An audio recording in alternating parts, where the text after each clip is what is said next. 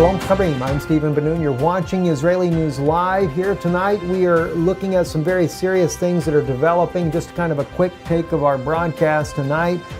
First off, South Korea is reporting that yet another U.S. carrier group is headed over to the seas there around North and South Korea there.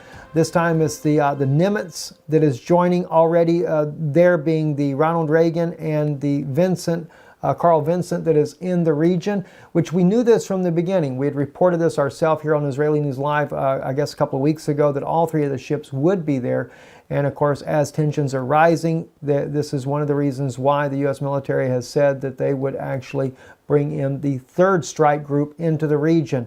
And no doubt with North Korea possessing nuclear weapons and the fact that China and Russia both on the borders with their own militaries there, the United States may be very concerned that could pose a retaliatory threat. So the United States taking no chances whatsoever in the region. Of course, we have military bases in Japan as well, and other parts of the region there for a backup support if indeed President Trump does decide, or we should say the shadow government decides that we're going to go after North Korea to try to stop Kim Jong-un. Now, I'm very concerned too that whether or not that'll be a simultaneous event that comes all the way across the Middle East or not sure how that's going to work out.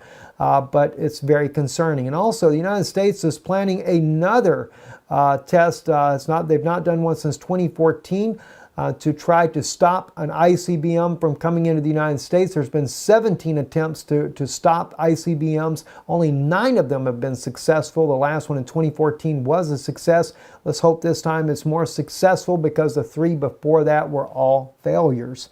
That doesn't sit well for the American public, especially when you have North Korea talking about launching ICBMs. And I don't think that North Korea really has the most state-of-the-art equipment there, but clearly Russia and China have not really said whether or not they're going to side with the United States. And I'm kind of wondering whether or not Russia is going to really side with the United States after yet again the G7 summit there in Italy and Sicily that just took place there. They have all decided to keep those sanctions going on Russia all the way through 2017. You know, it's just like it goes. You ever seen a bear that's hungry when he first comes out from his winter nap and everything? Some of those male grizzly bears there are not the most pleasant creatures in the world. A bear that normally could eat just nothing but fish and some berries and grass and things like that, well, they get pretty doggone angry when the food supply is cut off and they have killed just about anything there is. So that does concern me, that they continue to do the sanctions on Russia rather than trying to mend the relationship there with Russia and bring some stability in the world. I think it's only going to drive more of a wedge. So I'm very concerned about the situation in North Korea.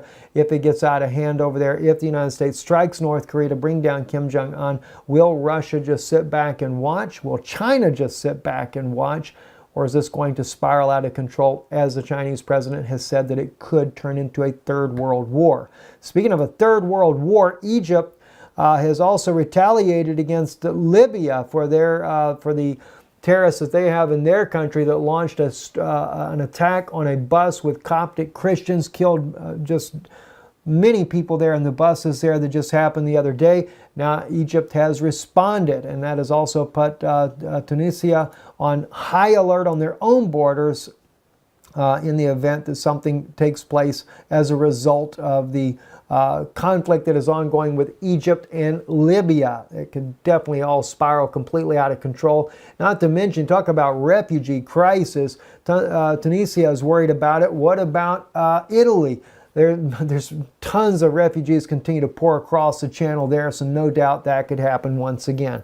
Also, we've been mentioning to you guys for some time and asking for your help in making this possible, and it has become possible. Israeli News Live will air once a week, as of right now. Once a week it'll be airing on World Harvest Television Network there in the United States.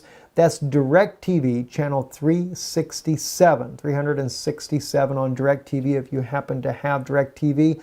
I know they also air on Roku and Apple TV, and as well in some places in the world you can also go directly to the World Harvest Television Network's website. If you just type in those keywords, you can pull up their website. You're able to watch live. In some parts of the world that is possible. I've not been able to do it myself here in the Czech Republic, so I don't know exactly how that works. But it's 10 p.m. Eastern tonight. So if you'd like to check it out, do so. We appreciate it. And if you happen to know anyone that has a business that would like to help sponsor the broadcast, we do have positionings for advertisement that is available where that can be done to help support the broadcast that we're doing there. It's basically an overview of the week's news that is coming out.